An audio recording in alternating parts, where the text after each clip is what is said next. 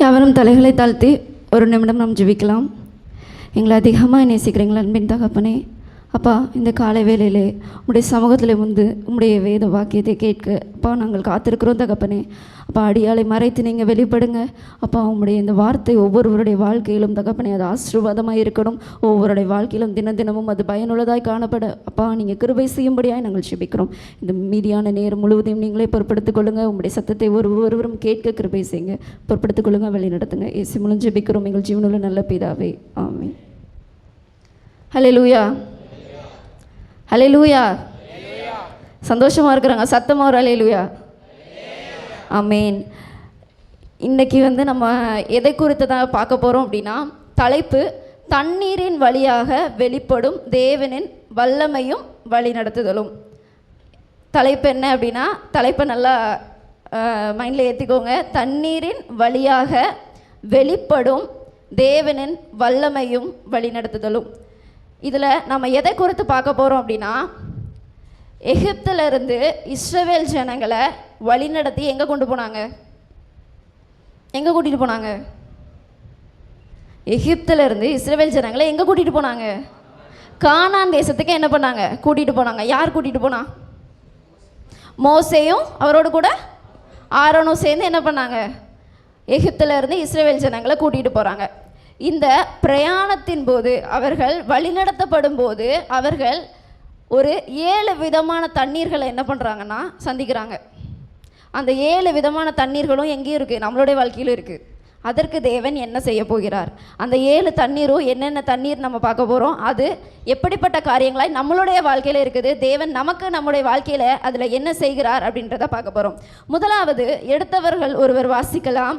யாத்ராகமம் 7ஆம் அதிகாரம் 20ஆம் வசனம். யாத்ராகமம் 7ஆம் அதிகாரம் 20ஆம் வசனம். கர்த்தர் கட்டளையிட்டபடி மோசேயும் ஆரோனும் செய்தார்கள். பார்வோனுடைய கண்களுக்கு முன்பாகவும் அவன் ஊழியக்காரரின் கண்களுக்கு முன்பாகவும் கோலை ஓங்கி நதியிலுள்ள தண்ணீரை அடிக்க நதியிலுள்ள தண்ணீரெல்லாம் இரத்தமாய் மாறி போயிற்று. முதலாவது இங்கே என்ன தண்ணியை குறித்து பார்க்குறோம்? இரத்தமான ஒரு தண்ணீர். இது என்ன அதுனா நதி அப்படின்னு சொல்லி பார்த்துருக்காங்க. எகிப்து தேசத்தில் என்ன நதி ஓடுது அப்படின்னா நைல் நதி அங்கே என்ன பண்ணுது? காணப்படுது.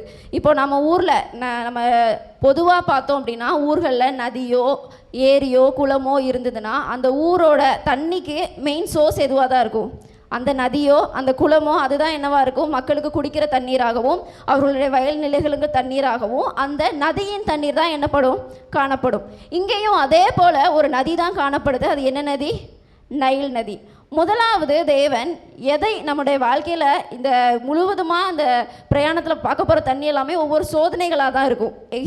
இஸ்ரவேல் ஜனங்களுக்கு வந்து ஒவ்வொரு சோதனைகளாகவே இருக்கும். இதில் முதலாவது நம்ம பார்க்க போகிறது இந்த நதியின் தண்ணீர் இரத்தமாய் மாறினது.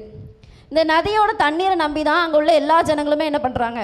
இருக்கிறாங்க. எகிப்தின் விளைச்சல்கள் அதை நம்பி தான் இருக்குது. இஸ்ரவேல் ஜனங்களும் எதை நம்பி தான் இருக்காங்க? அந்த தண்ணி நம்பி தான் இருக்காங்க. அங்கே போன மோசையும் ஆரோனும் எதை நம்பி தான் இருக்காங்க? அந்த தண்ணியை நம்பி தான் இருக்காங்க. அப்போது அந்த தண்ணீரை தேவன் என்ன பண்ண சொல்கிறாரு? அடித்தோடனே அது என்னவா மாறப்போகுது? ரத்தமாக மாறப்போகுது. இது யாருக்கு தெரியும்? மோசைக்கு தெரியும். ஆனால் அவர் வந்து ஆண்டவரை இதை நான் அடித்தா இது ரத்தமாக மாறிடும், அப்புறம் நாங்கள் எதை குடிப்போம் அப்படின்னு சொல்லி என்ன பண்ணல? அவர் எதுவுமே கேட்கல. அவர் அடிக்க சொன்னோன்னே இவர் என்ன பண்ணிட்டாரு? போய் அடிச்சிட்டாரு. அதை அடித்த உடனே அதில் ஒரு வார்த்தை கொடுக்கப்பட்டிருக்கும். அடுத்த வசனத்தை வாசிங்க. நதியின் மீன்கள் செத்து நதி நாறி போயிற்று. போதும். இதில் பார்த்தோம் அப்படின்னா நதி என்னவாயிடுச்சான்? மொத்தமாக நாற்றமாயிற்று. அப்போ அது குடிக்கிறதுக்கு ஏதுவான ஒரு தண்ணீராக இருக்குமான்னு கேட்டால் கிடையாது. அப்போது நாம் எல்லாருமே உலக பிரகாரமான காரியங்களை இதை நம்ம ஒப்பிட்டு பார்த்தோம் அப்படின்னா ஏதோ ஒரு காரியத்தை முழுமையாக நம்பி இருப்போம். அதாவது அது ஒரு மனுஷங்களாக இருக்கலாம், இல்லை அது நம்மளோட சுய பலமாக இருக்கலாம், இல்லை அது வேறு ஏதோ ஒரு காரியங்களை நம்ம என்ன பண்ணியிருப்போம், அதை முழுசாக நம்பி இருப்போம். இப்போ சில நேரம் ஜென்ரலாக இப்போ நம்ம பார்த்தோன்னா மேக்ஸ் போடுவோம். நம்ம உட்காந்து நம்ம ஆட் பண்ணாலும் நமக்கு என்ன ஒரு டவுட் வந்துடும். எதுக்கும் நம்ம கேல்குலேட்டரில் போட்டு பார்ப்போமா அப்படின்னு எதை தான் நம்புவோம்? ஒரு கேல்குலேட்டர் நம்புவோம். அதே மாதிரி நம்மளுடைய வாழ்க்கையில் ஒவ்வொரு காரியங்கள்லையும் நம்ம வேறு ஏதாவது ஒரு காரியங்களை முன்னிலைப்படுத்தி அதை நம்ம நம்பிக்கொண்டு இருக்கிறோம் அப்படின்னா தேவன் நமக்கு ஒரு சோதனையை என்ன பண்ணுறாரு? அனுமதிக்கிறார். அது எதுக்காக அனுமதிக்கிறார்னா, இதுதான் முதலாவது தலைப்பு. தேவன் எல்லாவற்றிற்கும் மேலானவர். அவர் எல்லாவற்றிற்கும் மேலானவர்ன்றதை காண்பிப்பதற்காக தான் முதலாவது சோதனையை எதுக்காக நம்முடைய வாழ்க்கையில் அனுமதிக்கிறார். நம்மளுடைய நம்பிக்கை மற்றவர்கள் மீது இல்லாதபடிக்கு, அதை முற்றிலுமாய் அவமாக்கும்படிக்கு, நம்முடைய நம்பிக்கை அவர் ஒருவரை மாத்திரம் சார்ந்து இருப்பதற்காக இந்த முதலாவது சோதனையை தேவன் அவர்களுடைய வாழ்க்கையில் அனுமதித்தார். அடுத்ததாக இரண்டாவது காரியம், யாத்ராகமம் 14ஆம் அதிகாரம் 16ஆம் வசனம். யாத்ராகமம் 14ஆம் அதிகாரம் 16ஆம் வசனம். நீ உன் கோலை ஓங்கி உன் கையை சமுத்திரத்தின் மேல் நீட்டி சமுத்திரத்தை பிளந்து விடு. அப்பொழுது இஸ்ரவேல் புத்திரர் சமுத்திரத்தின் நடுவாக வெட்டாந்தரையிலே நடந்து போவார்கள். இந்த சம்பவங்கள் நமக்கு என்ன பண்ணும், நல்லா தெரியும். அநேக நேரங்களில் இதை குறித்து நம்ம தியானிச்சிருக்கோம். இது எதை பற்றி பேசுகிறோம்? செங்கடல். இது யாருக்கு முன்னால் இருக்குது? இஸ்ரவேல் ஜனங்கள் எகிப்திலேருந்து என்ன பண்ணிட்டார் பார்வோன், இப்போ நீங்கள் இங்கே வேண்டவே வேண்டாம் கிளம்புங்க அப்படின்னு சொல்லி பார்வோன் துரத்திட்டாரு. துரத்தினதுக்கப்புறம் எல்லாவற்றையும் கொள்ளையெடுத்து கொண்டு இஸ்ரவேல் ஜனங்கள் வரும்போது ஒரு சமுத்திரத்துக்கு பக்கத்தில் அவங்க பாளையம் இறங்குறாங்க. அந்த சமுத்திரம் தான் செங்கடல். சமுத்திரம்னா எப்படி இருக்கும்? அதெல்லாம் அடிச்சுட்டு உப்பு தண்ணி, அது நம்ம எல்லாருக்குமே தெரியும். அது அந்த செங்கடல் அங்கே இருக்குது. அதில் பாளையம் இறங்கிட்டாங்க. அவ்வளோ நேரம் பார்வோனோட இருதயம் என்ன பண்ணல, தேவன் நீ ஃபாலோ பண்ணி போ அப்படின்னு சொல்லி பார்வோன்ட்ட சொல்லலை. அவங்க கடல் அருகே போனதுக்கப்புறம் ஆண்டவர் பார்வோனோட இருதயத்தை கடினப்படுத்துகிறார். நீ போய் இஸ்ரவேல் ஜனங்களை பிடிச்சிட்டு வந்துரு, உனக்கு வேலை செய்ய ஆள் இல்லை அப்படின்னு சொல்லி பார்வோன் என்ன பண்ணுறாரு, தன்னோட ரதங்கள் தன்னோட யுத்த வீரர்கள் எல்லாரையும் கூட்டிக் கொண்டு நேராக போகிறாரு இஸ்ரவேல் ஜனங்களை பிடிக்கிறதுக்கு. அவங்க என்ன பண்ணிட்டாங்க, உடனே பயம் வந்துருச்சு. தேவன் பார்வோனுடைய இருதயத்தை கடினப்படுத்தவில்லை என்றால் பார்வோன் என்ன பண்ண மாட்டார், எகிப்திலிருந்து கிளம்பியிருக்க மாட்டார். அப்போ இந்த சோதனையை யார் தான் கொடுத்தா? ஆண்டவர் தான் இஸ்ரவேல் ஜனங்களுடைய வாழ்க்கையில் என்ன பண்ணார், அனுமதித்தார். அப்போது முன்னாடி என்ன இருக்குது, செங்கடல் இருக்குது. அது அவர்களுடைய வாழ்க்கையில் ஒரு தடையாய் காணப்படுது. நம்முடைய வாழ்க்கையில் என்ன, நிறைய தடைகள், கதவுகள் எல்லாம் அடைக்கப்பட்ட சூழ்நிலைகள் நம்முடைய வாழ்க்கையில் காணப்படும். சோர்ந்து போயிடுவோம். ஆண்டவரே அவ்வளோதான், இந்த விஷயத்தில் இதுக்கு மேலே என்னால் எதுவுமே பண்ண முடியாது, அவ்வளோதான், இந்த விஷயமே முடிஞ்சிருச்சின்னு சொல்லி அந்த தடைகளை கண்டு நம்ம என்ன பண்ணிடுவோம், சோர்ந்து போயிடுவோம். அதே தான் என்னவோ பண்ணாங்க இஸ்ரவேல் ஜனங்களும் பண்ணாங்க. நாங்கள் எகிப்திலேயே மடிஞ்சு போயிருப்போமே, இவ்வளோ தூரம் கூட்டிகிட்டு வந்தால் எங்களை கொல்ல போகிறீங்க அப்படின்னு சொல்லி யார்கிட்ட கேட்குறாங்க, மோசே கிட்ட கேட்குறாங்க. அப்போ தேவன் என்ன பண்ணுறாரு, அதில் அழகான ஒரு வார்த்தையை சொல்லியிருப்பார். அதுக்கு அடுத்த வசனத்தை வாசிங்க. எகிப்தியர் உங்களை பின்தொடர்ந்து வரும்படி நான் அவர்களை இருதயத்தை கடினப்படுத்தி பார்வோனாலும் அவன் ரதங்கள் குதிரை வீரர் முதலாகிய அவனுடைய எல்லா இராணுவத்தாலும் மகிமைப்படுவேன். எதால் மகிமைப்பட போகிறானா? அவனுடைய இராணுவத்தாலும் அவனுடைய குதிரை வீரர்களாலும் மகிமைப்படுவேன். அப்போ உங்களுடைய வாழ்க்கையில் ஒரு சோதனை கொடுத்தாருன்னா அந்த சோதனை, அந்த தடைகள் மூலயமா யார் மகிமைப்பட போகிறார்? நம்முடைய ஆண்டவராகிய இயேசு கிறிஸ்து, நம்முடைய தேவாதி தேவனாகிய கர்த்தர் என்ன பண்ண போகிறாரு, மகிமைப்பட போகிறார். இந்த இரண்டாவது காரியத்தோட தலைப்பு என்ன அப்படின்னா, வழி இல்லாத இடத்தில் வழி செய்கிறவர். நமக்கு வழியே இல்லை, தடையாய் காணப்படுகிற எல்லாவற்றையும் நமக்கு திறந்து வழியை கொடுக்கிற தேவனாய் இருக்கிறார். மூன்றாவது காரியம், யாத்ராகமம் 15ஆம் அதிகாரம் 22ஆம் வசனமும் 23ஆம் வசனமும். யாத்ராகமம் 15ஆம் அதிகாரம் 22ஆம் வசனமும் 23ஆம் வசனமும். பின்பு மோசே இஸ்ரவேல் ஜனங்களை சிவந்த சமுத்திரத்தில் இருந்து பிரயாணப்படுத்தினான். அவர்கள் சூர் வனாந்தரத்துக்கு புறப்பட்டு போய் 3 நாள் வனாந்தரத்தில் தண்ணீர் கிடையாமல் நடந்தார்கள். அவர்கள் மாராவிலே வந்தபோது மாராவின் தண்ணீர் கசப்பாய் இருந்ததினால் அதை குடிக்க அவர்களுக்கு கூடாது இருந்தது. அதனால் அவ்விடத்துக்கு மாரா என்று பெயரிடப்பட்டது. இந்த சம்பவமும் நம்ம நிறைய நேரங்களில் இது குறித்து நம்ம தியானிச்சிருக்கோம். அவங்க எங்கே நடந்து போகிறாங்க, ஃபுல்லாகவே கால்நடையாக நடந்து தான் போகிறாங்க. அதனால் அவங்களுக்கு என்ன உண்டாகுது, தண்ணீர் தாகம் எடுக்குது. ஆனால் அவங்களுக்கு அங்கே தண்ணி கிடச்சிதா அப்படின்னா இல்லை. தண்ணி இல்லாமல் எத்தனை நாள் நடந்திருக்காங்க? 3 நாள் நடந்திருக்காங்க. அப்போது ஒரு தண்ணி தூரத்தில் பார்க்குறாங்க. பார்க்கும்போது அவங்களோட மனம் எவ்வளோ சந்தோஷமாக இருந்திருக்கும்ல. இப்போ நமக்கு ஒரு விஷயம் ரொம்ப நாளாக நம்ம பிரயாசப்பட்டிருப்போம், அது கிடைக்கல, அது நமக்கு கிடைக்க போது நம்ம கண்ணு முன்னாடி இருக்குன்னா அது குறித்து நமக்கு எவ்வளோ ஒரு சந்தோஷம் உண்டாகும்ல. அதே மாதிரி ஒரு சந்தோஷம் யாருக்கு உண்டாயிருந்திருக்கும்? இஸ்ரவேல் ஜனங்களுக்கு உண்டாயிருக்கும். ஆனால் கிட்ட போய் அதை குடிக்கும்போது அது என்ன ஆயிடுச்சு, கசப்பாக இருக்குது. அதை என்ன பண்ண முடியாது, குடிக்கிறதுக்கு அது ஏதுவான தண்ணி இல்லை. அப்போது அவர்களோட இருதயத்தில் என்ன உண்டாகுது, ஒரு கலக்கம், ஒரு துன்பம், ஒரு கசப்பு அவர்களுடைய இருதயத்தில் என்ன பண்ணுது, காணப்படுது.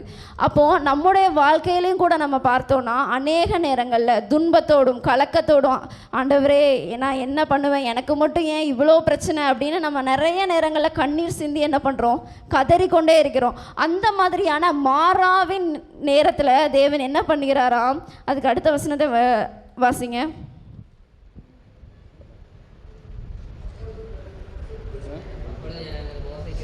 அவர்கள் மாராவிலே வந்தபோது மாராவின் தேன் கசப்பாக இருந்ததினால் அதை குடிக்க அவர்களுக்கு கூடாதிருந்தது. அதனால் அவ்விடத்துக்கு மாரா என்று பெயரிடப்பட்டது. 25ஆம் வசனத்தை வாசிங்க. மோசே கர்த்தரை நோக்கி கூப்பிட்டான். அப்பொழுது கர்த்தர் மோசேக்கு ஒரு மரத்தை காண்பித்தார்.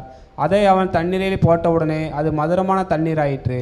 இங்கே தேவன் என்ன பண்ணுறாரு, மோசைக்கிட்ட ஒரு மரத்தை காண்பிச்சு அந்த மரத்தை என்ன பண்ணுங்க, அந்த மாறால போடு அப்படின்னு சொல்கிறாரு. அந்த மரம் மாதிரி தான் நம்முடைய வாழ்க்கையில் நம்மளுடைய ஜெபம் இருக்கணும். கசப்பு வந்துருச்சு, எனக்கு சோதனை வந்துருச்சு, நான்லாம் ஜெபிக்க மாட்டேன், நான்லாம் ஆலயத்துக்கு போக மாட்டேன், ஆண்டவர் எனக்கு இதை கொடுத்துட்டாரு, நான் அவர்கிட்ட இதை சரி பண்ணுறதுக்கெலாம் நான் என்ன பண்ண மாட்டேன், கேட்க மாட்டேன், அவர் தானே கொடுத்தாரு அப்படின்னு சொல்லி நம்ம என்ன பண்ணக்கூடாது, அவர்கிட்டயே சண்டை போட்டுட்டு விம்பு பண்ணக்கூடாது. அவர் என்ன சொல்கிறாராம், மோசேக்கு ஒரு மரத்தை காண்பிச்சார். அந்த மரத்தை தண்ணியில் போட்டால் தான் அந்த மாறாவின் தண்ணீர் என்னவா மாறும், மதுரமாக மாறும். அதே போல் நம்முடைய வாழ்க்கையிலையும் நாம் நமக்கு துன்பத்தின் வேலையிலையும் கஷ்டத்தின் வேலையிலையும் தேவனாகிய கர்த்தரை நோக்கி என்ன பண்ணணும், கூப்பிடணும். அதை தான் தேவாதி தேவன் விரும்புகிறார். இந்த 3வது காரியத்தோட தலைப்பு மாறா கசப்பை இனிப்பாக்குகிறவர். நம்முடைய வாழ்க்கையில் காணப்படுகிற துன்பங்கள் கஷ்டங்கள் எல்லாவற்றையும் நமக்கு வெற்றியாய் மகிழ்ச்சியாய் அவர் மாற்றி தருகிற தேவனாய் இருக்கிறார். 4வது காரியம் யாத்ராகமம் 17ஆம் அதிகாரம் 6ஆம் வசனம். யாத்ராகமம் 17ஆம் அதிகாரம் 6ஆம் வசனம். அங்கே ஓரேபிலே நான் உனக்கு முன்பாக கன்மலையின் மேல் நிற்பேன், நீ அந்த கன்மலையை அடி, அப்பொழுது ஜனங்கள் குடிக்க அதிலிருந்து தண்ணீர் புறப்படும் என்றார். அப்படியே மோசே இஸ்ரவேல் மூப்பரின் கண்களுக்கு முன்பாக செய்தான். இதுலேயும் மோசேயோடு கூட தேவன் ஒரு வார்த்தையை கட்டளையிட்டு கொடுக்குறார். என்ன அப்படின்னா, அங்கேயும் ஜனங்களுக்கு என்ன இல்லை, தண்ணி இல்லை. ஆனால் மாறாவின் சம்பவத்தில் நம்ம பார்த்தோம் அப்படின்னா கண்ணுக்கு முன்னாடி ஏதோ ஒரு சோர்ஸ் அது நடக்கும் அப்படின்றதுக்கான ஏதோ ஒரு வாய்ப்பு இருந்தது, கசப்பான தண்ணியாவது இருந்துச்சு. ஆனால் இந்த கண்மலையோட சம்பவத்தில் பார்த்தோன்னா அங்கே சுற்றிலும் பார்க்குறாங்க, எங்கேயுமே என்ன இல்லை, தண்ணியே இல்லை, ஃபுல்லாக என்ன வறட்சி. ஒரு நம்முடைய வாழ்க்கையிலையும் கூட அநேக நேரங்களில் தேவைகள் என்னன்னு இருக்கும், அநேகமாக இருக்கும். அந்த தேவைகளை நம்ம என்ன பண்ணுவோம் அப்படின்னா அதை கண்டு நம்ம பயப்படுவோம். ஐயோ ஆண்டவரே, எனக்கு இவ்வளோ தேவை இருக்குது, நான் இது எப்படி செய்வேன், என்னால் எப்படி இது முடியும் அப்படின்னு சொல்லி அந்த தேவைகளை குறித்து நம்ம என்ன தான் பண்ணுவோம், கலக்கம் தான் அடைவோம். அப்படி தானே? இல்லை ஆண்டவர் எனக்கு எல்லாத்தையும் பார்த்துப்பான்னு விசுவாச வார்த்தைகளை அறிக்கையிடுறவங்க மிக சிலர். அநேக நேரங்களில் நம்ம அதை குறித்து பதட்டம் அடைகிறவர்களாக தான் இருக்கும். அதே மாதிரி தான் இங்கே இஸ்ரவேல் ஜனங்களும் தண்ணி கிடைக்கல, எதுவுமே கிடைக்கலன்னா உடனே முறுமுறுக்க ஆரம்பிச்சிருவாங்க. இங்கே ஆனால் மோசையோட தேவன் என்ன சொல்கிறாரு, கண்மலையில் போய் நீ என்ன பண்ணு, அடி, உன் கையில் ஒரு கோல் இருக்குது, அதை போய் கண்மலையில் அடி அப்படின்னு சொல்கிறாரு. அது வெறும் என்னது, கற்பாறை தான். அப்படி தானே? கண்மலைன்றது ஒரு பாறை, ஒரு மலை தான். அதை போய் என்ன பண்ண சொல்கிறாரு, அடிக்க சொல்கிறாரு. ஒரு பாறைக்குள்ளேருந்து தண்ணி வருமா அப்படின்னு நம்மக்கிட்ட கேட்டோன்னா நம்ம என்ன சொல்லுவோம், இல்லை வராது. அது எப்படி பாறையிலேருந்து எப்படி தண்ணி வரும் அப்படி தான் கேட்போம். அங்கே ஏதாவது நதி ஓடிக்கிட்டு இருக்குது அப்படின்னா அதை வெட்டி விட்டால் இந்த பக்கம் வேணால் தண்ணி வர்றதுக்கு வாய்ப்பு இருக்குதுன்னு நம்ம சொல்லுவோம். ஆனால் தேவன் ஒன்றுமே இல்லை, அங்கே சாத்தியக்கூற எதுவுமே இல்லை. ஆனால் அந்த இடத்துல அந்த அற்புதத்தை அங்கே என்ன பண்ணார், செஞ்சார். அதே போல் தேவன் இந்த 4வது காரியத்திலேருந்து நமக்கு எதை கற்றுக் கொடுக்கிறார் என்றால் தேவைகளை சந்திக்கிறவராக அவர் என்ன பண்ணுகிறாராம், நம்முடைய வாழ்க்கையில் இருக்கிறார். அந்த இடத்துல பாசிபிலிட்டியே இல்லை, எதுவுமே நடக்காது, இது நடக்கிறதுக்கு சாத்தியக்கூறே இல்லைன்ற காரியங்கள்லையும் அவர் நமக்கு வெற்றியை தருகிற தேவனாக இருக்கிறார். 5வது காரியம் யாத்ராகமம் 15ஆம் அதிகாரம் 27ஆம் வசனம். பின்பு அவர்கள் எலிமுக்கு வந்தார்கள். அங்கே 12 நீரூற்றுகளும் 70 பேரிச்ச மரங்களும் இருந்தது. அங்கே தண்ணீர் அருகே பாளையம் இறங்கினார்கள். இந்த காரியங்களில் பார்த்தோம் அப்படின்னா இங்கே எதை குறித்து, அப்போ தான் அந்த மாறாவின் தண்ணீரை தேவன் மதுரமாய் மாற்றி அவர்கள் கொடுத்துருக்கிறாரு. அதுக்கப்புறம் அங்கேருந்து புறப்படும் போது அவர்களுக்கு எதை கட்டளையிட்டு கொடுத்தாரு, ஏலியுமை. ஏலியமில் என்னெல்லாம் இருக்குது, ஏலியமில் என்னெல்லாம் இருக்குது, நீரூற்று. எத்தனை நீரூற்று இருந்தது, 12 நீரூற்று. தண்ணீர் இல்லை, அப்பா இப்படி கசப்பான தண்ணி கொடுத்துட்டீங்களே அப்படின்னு முறுமுறுத்த ஜனங்களுக்கு தேவன் ஒரு இளைப்பாறுதலை என்ன பண்ணுறாரு, ஏலியமில் கட்டளையிடுறாரு. நீ ஏன் முறுமுறுத்துட்டே இருக்க, நீ என்ன தண்ணி தானே கேட்டேன், இந்தா உனக்கு 12 நீரூற்றை கொடுத்துட்டேன், சாப்பாடுக்கு உனக்கு இல்லைங்கய்யா, இந்த பெருச்ச மரங்களோட தோட்டத்தை நான் என்ன பண்ணிட்டேன் உனக்கு கொடுத்துட்டேன்னு ஒரு செழிப்பான இடங்களில் நமக்கு ஒரு இளைப்பாறுதலை என்ன பண்ணுறாரு, கட்டளையிட்டிருக்கிறாரு. எனக்கு வேதனையாகவே இருக்குது, மன நிம்மதியே இல்லைன்னு இப்போ யாரை கேட்டாலும் என்ன பண்ணாங்க, ஒரே ஸ்ட்ரெஸ், டிப்ரெஷன், இந்த வார்த்தைகள்லாம் இப்போ அடிக்கடி எல்லோரும் என்ன பண்ண ஆரம்பிச்சிட்டாங்க, யூஸ் பண்ண ஆரம்பிச்சிட்டாங்க. இதே மாதிரி நம்முடைய வாழ்க்கையில் என்ன இருக்குது, எனக்கு ஒரே டிப்ரெஷனாக இருக்குது, எனக்கு ஏனே தெரில, அந்த மன அழுத்தம் என்ன பண்ணுது இருக்குது அப்படின்னா அதிலிருந்து இளைப்பாறுதலை தரக்கூடிய தேவன் யார் தான், நம்முடைய தேவனாகிய கர்த்தர் ஒருவரே. இந்த ஏலியமிலே தேவன் நமக்கு கொடுக்கிற வார்த்தை என்னவென்றால் இளைப்பாறுதலை அளிக்கிறவர். அப்போது நம்மளுடைய வாழ்க்கையிலையும் இப்படிப்பட்ட ஏலிமை அவர் நமக்காக வைத்திருக்கிறார். எப்போ நமக்கு அந்த ஏலிமை காட்டுவார், நம்ம அவரை நோக்கி நம்ம போகும்போது தான் இந்த ஏளிமை நமக்கு கட்டளையிட்டு கொடுப்பார். அடுத்ததாக 6வது காரியம், என்னாகமம் 20ஆம் அதிகாரம் 8ஆம் வசனம். என்னாகமம் 20ஆம் அதிகாரம் 8ஆம் வசனம். நீ கோலை எடுத்துக்கொண்டு நீயும் உன் சகோதரனாகிய ஆரோனும் சபையாரை கூடிவர செய்து அவர்கள் கண்களுக்கு முன்னே கண்மலையை பார்த்து பேசுங்கள். அப்பொழுது அது தண்ணீரிடத்தில் உள்ள தண்ணீரை கொடுக்கும். இப்படி நீ அவர்களுக்கு கண்மலையிலிருந்து தண்ணீர் புறப்பட பண்ணி சபையாருக்கும் அவர்கள் மிருகங்களுக்கும் குடிக்க கொடுப்பாய் என்றார். இந்த காரியங்களை குறித்தும் நம்ம அநேக நேரங்களில் நம்ம தியானிச்சிருப்போம். இது எதை பற்றின காரியம்? இதுவும் தண்ணீரை பற்றினது தான், கண்மலையை பற்றினது தான். ஆனால் இதில் அந்த கண்மலைக்கும் இதுக்கும் என்ன வித்தியாசம்? அந்த கண்மலையை ஆண்டவர் என்ன சொன்னார்? அடிக்க சொன்னார். இங்கே என்ன பண்ண சொல்கிறாரு? பேச சொல்கிறாரு. அங்கே அந்த அதிசயம் நடந்ததுக்கு அட்லீஸ்ட் அந்த கல்லையாவது போய் என்ன பண்ணாங்க? 2 தட்டு தட்டுனா தண்ணி வந்துச்சு. இங்கே என்ன பண்ண தான் சொல்கிறாரு? பேச தான் சொல்கிறாரு. ஆனால் மோசே என்ன பண்ணார்? போய் என்ன பண்ணிட்டார்? கல்லை அடிச்சிட்டார். அவருக்கு பழக்க தோஷம். போன தடவை அப்படி தானே அடித்தோம், இந்த தடவையும் அப்படியே போய் நம்ம அடிச்சிருவோம் அப்படின்னு சொல்லிட்டு அவர் என்ன பண்ணிட்டாரு? அடிச்சிட்டாரு. ஆனால் தேவன் மோசேயின் இடத்துல எதிர்பார்த்தது என்ன அப்படின்னா கீழ்ப்படிதல். நான் பேச சொன்னால் நீ என்ன பண்ணணும்? போய் பேசணுன்ற கீழ்ப்படிதலை தான் அவர் எதிர்பார்த்தார். ஆனால் மோசே என்ன பண்ணார்? கீழ்ப்படியாமல் கோவத்தில் ஜனங்கள் எல்லாரும் முறுமுறுத்துட்டே இருக்காங்கன்றது மோசைக்கு ரொம்ப கோவம் வந்துருச்சு, எரிச்சலாயிட்டார். அதனால டென்ஷனில் என்ன பண்ணிட்டாரு? போய் கண்மலையை அடிச்சிட்டாரு. இது தேவனுக்கு மோசே முதலாவது தேவனுக்கு கீழ்ப்படியாமல் போடுது இந்த காரியத்தினால தான் மோசே என்ன பண்ணலை? கானான் தேசத்தை சுதந்திரிக்கலை. ஆண்டவர் சொன்னார், நீ கானான் தேசத்தை அந்த மலை உச்சிலேருந்து பாரு, ஆனால் நீ அதுக்குள்ளே போக மாட்டேன்னு சொல்லும் போதும் மோசே என்ன பண்ணலை? ஆண்டவரை இவ்வளோ தூரம் நான் கூப்பிட்டு வந்துட்டேன், உள்ளே போய் பார்த்துட்டு மட்டும் வந்துடுன்னு என்ன பண்ணல? மோசே கேட்கல. ஏன்னா அவருக்கு தெரியும் அவர் என்ன பண்ணலை? கீழ்ப்படியலை. அவர் ஆண்டவராகிய கர்த்தருக்கு விரோதமாக என்ன பண்ணார்? ஒரு பாவத்தை செய்தார். கீழ்ப்படியாமை அப்படின்றது ஒரு பாவம். அந்த கீழ்ப்படிதல் அப்படின்றத இந்த காரியத்தில் அவர் நமக்கு உணர்த்துகிற தேவனாய் இருக்கிறார். அப்போ இந்த காரியத்தின் மூலமாக அவர் நமக்கு கற்றுக் கொடுப்பது கீழ்ப்படிதலை எதிர்பார்க்கிறவர். மோசையிட்டு அவர் எப்படி கீழ்ப்படிதலை எதிர்பார்க்கிறாரோ அதே போல் நம்முடைய வாழ்க்கையிலும் தினந்தோறும் அவர் நமக்கு கட்டளை கொடுத்துருக்கிற நியாயப்பிரமாணம், நமக்கு 10 கட்டளைகள் கொடுத்துருக்கிறாரு. அன்பே பிரதான கட்டளைன்னு நமக்கு அநேக காரியங்களை குறித்து அவர் நம்மளோட மாதிரியை காண்பித்திருக்கிறார். அந்த மாதிரியெல்லாம் பின்பற்றுகிறவர்களாய் நாம் இருக்க வேண்டும். கடைசியாக 7வதாக, இதுவும் இஸ்ரவேல் ஜனங்களுக்குரிய ஒரு காரியம். ஆனால் இவ்வளோ நேரம் நம்ம பார்த்த காரியத்தெல்லாம் யார் பண்ணா அப்படின்னா மோசே பண்ணியிருப்பார். இப்போ பண்ண போகிற காரியத்தை யார் பண்ணியிருப்பா அப்படின்னா யோசுவா பண்ணியிருப்பார். எடுத்தவர்கள் ஒருவர் வாசிக்கலாம். யோசுவா 3ஆம் அதிகாரம் 13ஆம் வசனம் முதல் 17ஆம் வசனம் வரை. யோசுவா 3ஆம் அதிகாரம் 13ஆம் வசனம் முதல் 17ஆம் வசனம் வரை. சம்பவிப்பது என்னவென்றால், சர்வ பூமிக்கும் ஆண்டவராகிய கர்த்தரின் பெட்டியை சுமக்கிற ஆசாரியர்களின் உள்ளங்கால்கள் யோர்தானின் தண்ணீரிலே பட்ட மாத்திரத்தில் மேலையிலிருந்து ஓடி வருகிற யோர்தானின் தண்ணீர் ஓடாமல் ஒரு குவியலாக நிற்கும் என்றான்.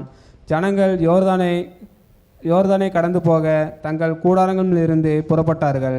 ஆசாரியர்கள் உடன்படிக்கை பெட்டியை ஜனங்களுக்கு முன்னே சுமந்து கொண்டு போய் யோர்தான் மட்டும் வந்தார்கள்.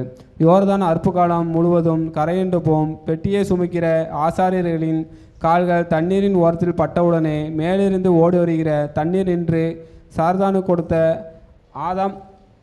ஆதாம் ஊர் வரைக்கும் ஒரு குவியலாக குவிந்தது.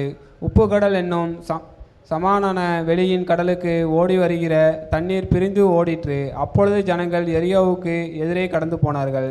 சகல ஜனங்களும் யோர்தானை கடந்து தீருமளவும் கர்த்தருடைய உடன்படிக்கை பெட்டியை சுமக்கிற ஆசாரியர்கள் யோர்தானின் நடுவிலே தண்ணீர் இல்லாத தரையிலே காலூன்றி நிற்கும்போது இஸ்ரவேல் எல்லாரும் தண்ணீருற்ற உலர்ந்த தரை வழியாய் கடந்து போனார்கள். இதில் எந்த தண்ணீரை குறித்து நம்ம பார்க்குறோம்? யோர்தான் நதியை குறித்து என்ன பண்ணுறோம்? இந்த காரியங்களில் நம்ம பார்க்கலாம். இவ்வளோ நேரம் செஞ்ச அற்புதங்கள் எல்லாம் மோசே செஞ்சுட்டாரு. மோசே டைரெக்டாக என்ன பண்ணார்? அவர் தான் இவ்வளோ நேரம் நடந்த அற்புதத்தை செஞ்சார். இங்கே யார் செய்ய போகிறாங்க? யோசுவா செய்ய போகிறாங்க. ஆனால் யோசுவா மோசே மாதிரி கோல் எடுத்து நீட்டி அப்படிலாம் என்ன பண்ணாங்க? இங்கே அற்புதம் செஞ்சாங்களா? கிடையாது. இதில் ஒரு அழகான காரியங்கள் கொடுத்துருக்கோம். என்ன அப்படின்னா, யோர்தான் அறுப்பு காலம் முழுவதும் கரை புரண்டு போகும். அப்படின்னா நதி வேகமாக தண்ணி என்ன பண்ணிகிட்டே இருக்குது? ஓடிட்டே இருக்குது. அந்த நதியின் தண்ணீர் இப்போது அந்த அறுப்பு காலம் வந்துச்சுன்னா இன்னும் அதிகமாக என்ன பண்ணுமா? கரை வரைக்கும் புரண்டு ஓடும். அப்போது ஒரு ஆள் போனாங்கன்னா என்ன பண்ணிடும்? அடித்து இழுத்துட்டு போயிடும், அவ்வளோதான். அப்போது இப்போ நம்மளை ஒரு நல்ல வேகமாக தண்ணி ஓடிட்டு இருக்கு, அதில் போய் நீங்கள் அந்த தண்ணியில் போங்க அப்படின்னு சொன்னால் நம்ம போவோமா? போக மாட்டோம். ஏன்னா தண்ணி இழுத்துட்டு போயிடும்ன்ற ஒரு பயம் நமக்குள்ளே இருக்கும். இங்கே யோசுவா என்ன பண்ணுறாரு, ஆசாரியர்கள் பெட்டியை தூக்கிட்டு இருக்கிற ஆசாரியர்கள்ட்ட சொல்கிறாங்க, நீங்கள் போங்க, போய் அந்த நதியில் என்ன பண்ணுங்கள், காலை வைங்க, தேவன் வந்து அற்புதம் செய்வார் அப்படின்னு சொல்லி என்ன பண்ணிட்டாங்க, சொல்லிட்டாங்க. ஆசாரியர்களுக்குள்ளே என்ன இருந்திருக்கும், ஒரு பயம் இருந்திருக்கும். இங்கே யோசுவா என்ன பண்ணல, டைரெக்டாக போய் ஒரு அற்புதத்தை செய்யலை. யோசுவாவை கொண்டு ஆசாரியர்களை வைத்து தான் இங்கே என்ன பண்ணாங்க, ஒரு அற்புதத்தை செஞ்சாங்க. ஆசாரியர்களுடைய கால்கள் பட்ட மாத்திரத்தில் என்ன பண்ணுச்சான், அங்கே ஒரு அற்புதம் நடந்தது. அதாவது நதி வந்து என்ன பண்ணிகிட்டே இருக்கும், ஓடிட்டே இருக்கும். கடல்னா அப்படியே இருக்கும், நதி என்ன பண்ணிகிட்டே இருக்கும், ஓடிட்டே இருக்கும். அந்த ஓடி வருகிற தண்ணீர் என்ன பண்ணதான், நின்று குவியலாம் என்ன பண்ணுச்சு, மாறிடுச்சு அப்படின்னு சொல்லி இந்த வேத வசனத்தில் நம்ம பார்க்கிறோம். அப்போது தேவன் இந்த ஆசாரியர்கள் யோசுவா சொன்னதை கேட்டு தங்களுடைய கால்களை அந்த நதியில் வைக்கலை அப்படின்னா இந்த சம்பவம் நடந்திருக்குமா அப்படின்னு கேட்டால் நடந்திருக்காது. அப்போது இதில் எதை முக்கியமாக நம்ம பார்க்கலான்னா ஆசாரியர்களோட விசுவாசம். ஸோ இதில் இந்த காரியத்தின் மூலமாக தேவன் நமக்கு கற்றுக் கொடுக்குற காரியம் என்னென்னா, விசுவாசத்தின் முதல் அடியை மிதிக்கிறவர்.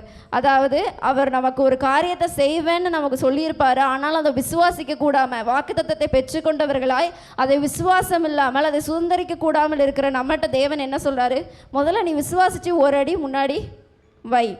என் மேலே இப்போது சீஷர்களையுமே கடல் மேலே தேவன் நடந்துட்டு இருக்கும்போது என்ன கேட்பாங்க, நானும் கடலில் நடக்கவான்னு கேட்டுட்டு என்ன பண்ணுவார், கடலில் இறங்கிடுவாங்க. இறங்கினதுக்கப்புறம் என்ன வந்துடும், பயம். அந்த பயம் இல்லாதபடி நீ விசுவாசத்தினா நீ என்ன பண்ணியிருந்திருப்ப, நடந்திருப்ப. அவன் தடுமாறும் போது தேவன் கையப்பிடித்து என்ன பண்ணார், தூக்குனார். ஆனாலும் ஏன் விசுவாசிக்கலைன்னு தான் ஆண்டவர் கேட்டார். அப்போது நம்மளை விசுவாசித்து நம்மளுடைய முதல் படியை என்ன பண்ணணுமா, எடுத்து வைக்கணும். இந்த 7வது காரியத்தின் மூலமாக தேவன் நமக்கு கற்றுக் கொடுக்கிறது தான். முதல் காரியம், அந்த நைல் நதியின் மூலமாக தேவன் நமக்கு கற்றுக் கொடுத்தது, தேவன் எல்லாவற்றிற்கும் மேலானவர். 2வது, செங்கடல் மூலமாக தேவன் நமக்கு கற்றுக் கொடுத்த காரியம், வழி இல்லாத இடத்தில் வழி செய்கிறவர். 3வது, மாறாவின் அந்த கசப்பான தண்ணீர் மூலமாக தேவன் நமக்கு கற்றுக் கொடுத்த காரியம், கசப்பை இனிப்பாக்குகிறவர். கண்மலையின் தண்ணீரினால் தேவன் நமக்கு கற்றுக் கொடுத்த காரியம், தேவைகளை சந்திக்கிறவர். 5வது, ஏளிமை தேவன் வந்து எதற்காக உதாரணமாய் காட்டுகிறார் என்றார், இளைப்பாறுதலை அளிக்கிறவராய் நம்மோடு கூட இருக்கிறார். 6வது காரியம், பேச வேண்டிய கண்மலையிடம் மோசே அடித்த அந்த கண்மலை வந்து எதை நமக்கு குறிக்கிறது என்றால் கீழ்ப்படிதலை எதிர்பார்க்கிறவர் என்பதை குறிக்கிறது. 7வது காரியம், இந்த யோர்தான் நதி விசுவாசத்தின் முதல் அடியை மிதிக்கிறவர் என்ற காரியத்தை நமக்கு குறிக்கிறது.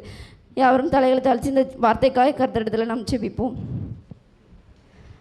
எங்களை அதிகமாக நேசிக்கிறங்கள் தகப்பனே, அப்பா இஸ்ரவேல் ஜனங்களோடு தகப்பனே இந்த 7 விதமான தண்ணீர்களினால் அற்புதத்தையும் அப்பா அவர்களோடு கூட நீர் இருந்த அந்த அப்பா நீங்கள் செய்த அந்த அதிசயத்தையும் நாங்கள் தியானித்தோம் தகப்பனே. அப்பா ஒவ்வொரு காரியங்கள்லையும் நீர் ஒவ்வொரு அப்பா உங்களுடைய குணத்தை நீங்கள் காட்டியிருக்கிறீங்க அப்பா. அதன் ஒவ்வொன்றையும் அப்பா எங்களுடைய வாழ்க்கையில் நாங்கள் பிரயோஜனப்படுத்தி கொள்ளணும், அதன்படி கை கொண்டு நடக்கிறவர்களாக நாங்கள் இருக்கணும் தகப்பனே. அப்பா எங்களுடைய துன்பங்கள் துக்கங்கள் அப்பா எங்களுடைய கலக்கங்கள் தேவைகள் எல்லாவற்றையும் மாற்றுகிற தேவனாய் நீர் இருக்கிறீரப்பா. அவைகளை நாங்கள் விசுவாசித்து எங்களுடைய முதற்படியை இன்று நாங்கள் எடுத்து வைக்க எங்களுக்கு கிருபை செய்யுங்க தகப்பனே. விசுவாசத்தின் ஓட்டமாக எங்களுடைய ஓட்டம் காணப்படுவதற்கு நீங்கள் கிருபை செய்யும்படியாக நாங்கள் செபிக்கிறோம். உங்களுடைய தயவினால ஒவ்வொருவருக்கும் தகப்பனே அப்பா இந்த வார்த்தை பிரயோஜனமுள்ளதாய் காணப்பட கிருபை செய்யுங்க. நீங்களே பொறுப்படுத்திக் கொள்ளுங்க, வழி நடத்துங்க. இயேசு மூலம் ஜெபிக்கிறோம் எங்கள் ஜீவனுள்ள நல்ல பிதாவே, ஆமென்.